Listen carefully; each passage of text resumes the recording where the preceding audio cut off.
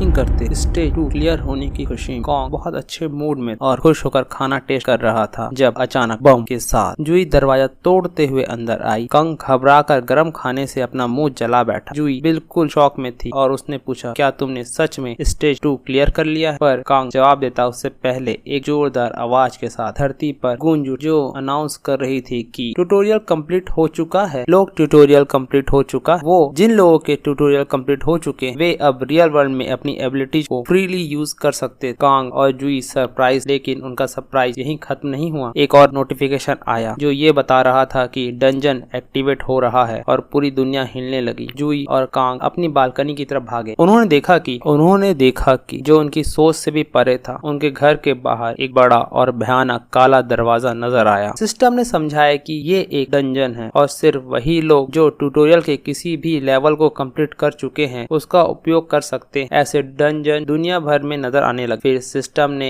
एक countdown display किया जो दिखाता था कि हाकन डायमेंशन से कंप्लीट कनेक्शन होने में 4 साल 3 दिन 57 घंटे और 13 मिनट और 51 सेकंड बचे। डंजन के आते ही दुनिया में अफरा तफरी मच गई। कॉन्ग और जुई ने डिसाइड किया कि वो घर के अंदर ही रहेंगे और किसी ऑर्गेनाइज और रिलायबल जानकारी की तलाश करेंगे। तभी कॉन्ग को पता चला कि ट्यूटोरियल अभी खत्म नहीं हुआ था। पता चला कि बहुत से लोग उस दिन 18 के हुए थे और उन्हें पहली बार ट्यूटोरियल मिला था। मतलब ये कि जो भी 18 साल का होता है वो ट्यूटोरियल का अनुभव करता है। दुनिया पागल हो रही थी, लेकिन कॉन्ग इन सब बातों पर ध्यान नहीं दे रहा था। वो अपना स्टेटस विंडो खोलने के लिए बहुत एक्साइटेड था। उसने ड्रामेटिक तरीके से अपना हाथ आगे बढ़ाया और बोला, स्टेटस विंडो। लेकिन कुछ सेकंड तक कुछ नहीं हुआ। आखिरकार स्टेटस विंडो अपीयर हुआ, लेकिन उसमें लिखा था कि ट्यूटोरियल अभी भी प्रोग्रेस में है, इसलिए कॉन्ग अभी उसे इस्तेमाल नहीं कर सकता। कॉन्ग कंफ्यूज हो गया, लेकिन फिर उसे समझ आया कि ट्यूटोरियल में टोटल 8 स्टेजेस हैं। पहला ट्यूटोरियल शुरू होने के दूसरे लोगों के लिए 8 दिन हो चुके थे। मतलब उन्होंने ट्यूटोरियल कंप्लीट कर लिया था और अपने स्टेटस विंडो का उपयोग कर रहे थे। लेकिन अपनी रिजर्वेशन एबिलिटी की वजह से कॉन्ग ट्यूटोरियल 2 में अटका हुआ था। मतलब जब तक वो सभी 8 स्टेज कंप्लीट नहीं करता वो अपना स्टेटस विंडो उपयोग नहीं कर पाएगा। यह जानकर कॉन्ग काफी उदास हो गया। उसने जुई से पूछा कि क्या उसने स्टेज 3 के बारे में ऑनलाइन कोई जानकारी मिली। जुई ने बताया कि ट्यूटोरियल इतना मुश्किल था कि बहुत कम लोग स्टेज 3 या 4 तक पहुंच पाए थे और जो लोग कंप्लीट कर चुके थे वो अपनी जानकारी को सीक्रेट रख रहे थे ताकि दूसरे लोग आसानी से पावर गेन ना कर ले। लेकिन कॉन्ग अपनी बॉडी और बाइसेप्स दिखाते हुए बोला, मुझे कोई जानकारी की जरूरत नहीं, मैं तो जीनियस हूँ और स्टेज 3 भी ऐसे ही कंप्लीट कर लूंगा। पर क्या वो सच में कर पाएगा? देखते हैं। सीन फिर शिफ्ट होता है। एक खूबसूरत रात दिखती है एक चमकती हुई चांदनी के साथ। उस चांदनी में एक चमकती हुई स्वादिष्ट दिखने वाली सुनहरी लिक्विड एक वाटरफॉल की तरह गिर रही थी। पर ये कोई वाटरफॉल नहीं था बल्कि एक ट्राइबल आदमी सुसु कर रहा था और वो सीधा कॉन्ग के चेहरे पर गिर रहा था। कॉन्ग एक गीली सूट पहनकर चुपचाप बैठा था और ट्राइबल आदमी उसके सिर पर सुसु कर रहा था। सुसु धीरे धीरे कॉन्ग के मुंह में टपक रही थी और उसके दिमाग में गुस्सा भर गया। मैं तुम्हें मार डालूंगा, जरूर मार डालूंगा। फिर हमें 10 घंटे पीछे चलते जब कॉन्ग पहली बार स्टेज 3 पर आया था। जैसे ही वो नए स्टेज में घुसा सिस्टम ने उसका स्वागत किया और अनाउंस किया कि स्टेज का नाम है पेशेंस एंड इंडोरेंस टेस्ट। कोई भी किसी भी हाल में क्लियर कंडीशन ये थी कि कॉन्ग को बिना किसी को पता चले गिरन चिफ्टन को मारना होगा और फेल कंडीशन थी डेथ। कॉन्ग ने नीचे देखा तो उसे पता चला कि वह एक कैमोफ्लेज सूट पहना हुआ है। अपनी स्थिति को असेस करने के बाद उसने रियलाइज किया कि ये एक हिटमैन या असैसिन टाइप मिशन है। उसने कभी भी गिरन चिफ्टन नाम के मॉन्स्टर के बारे में नहीं सुना था, तो उसका पहला स्टेप था कि उसे ढूंढना। लेकिन मिशन पर निकलने से पहले कॉन्ग ने अपने स्टेज 2 के रिवॉर्ड देखना चाहा। उसने अपना स्टेटस विंडो खोला और देखा कि वो लेवल 2 से लेवल 4 पर चला गया है। उसकी स्ट्रेंथ एजिलिटी दोनों 10 पर थी, स्टेमिना 11 पर, मैजिक 14 पर, साथ में 7 एडिशनल पॉइंट्स उसके पास थे। उसके पास अब 3 एबिलिटीज थी, बेसिक स्वॉर्डमैनशिप, बेसिक शील्ड तकनीक और बेसिक क्रॉसबो टेक। यह देखकर कॉन्ग काफी हैरान था और चिल्ला उठा, मैं तो बहुत रिच हूँ, यह बिल्कुल वैसा ही है जैसा स्टेटस विंडो मुझे चाहिए था। लेकिन कॉन्ग की खुशी ज्यादा देर तक नहीं टिक पाई। जैसे ही उसने अपनी बेसिक शील्ड और क्रॉसबो स्किल की डिटेल देखी तो उसे पता चला कि ये प्रैक्टिकली बेकार थी। शील्ड स्किल बस इतनी ही अच्छी थी कि लोकल बच्चों से बचने के काम आती और क्रॉसबो केवल छोटे गुंडों को मार सकती। कॉन्ग का उत्साह जल्दी ही झुंझुलाहट में बदल गया। फिर उसे याद आया कि क्योंकि उसने स्टेज 2 क्लियर की थी उसने एक वेपन रिवॉर्ड में मिला था। उसने अपना इन्वेंटरी खोला और एक तलवार पाई। उस पर क्लिक करते ही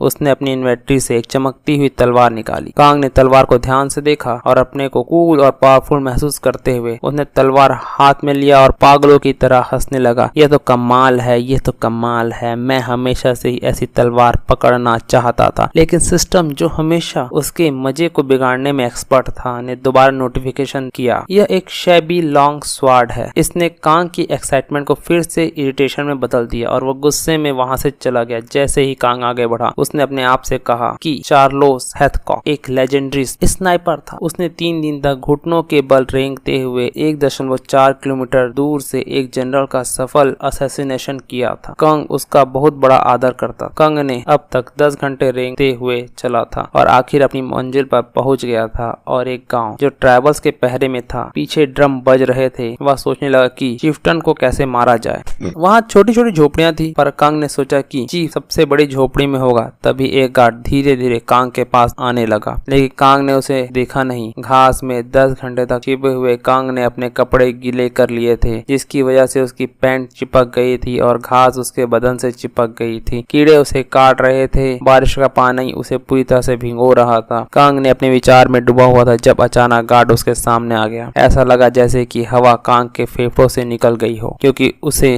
लगा कि वो पकड़ा गया। कांग ने ऊपर देखा और उसके सामने एक बड़ा मोटा मस्कुलर गार्ड खड़ा था जो सीधा उसके ऊपर देख रहा था। कांग ने सोचा कि उसका मिशन खत्म हो गया। अब गार्ड ने धीरे धीरे अपनी पैंट उठाई और सीधा कांग के सिर पर सूसू करने लगा। गार्ड कांग की मौजूदगी से अनजान था, बस घास में सूसू करने आया था, बिना यह जाने कि वहाँ कोई छिपा हुआ है। पी बहते हुए धीरे धीरे कांग के मुंह से टपकने लगा।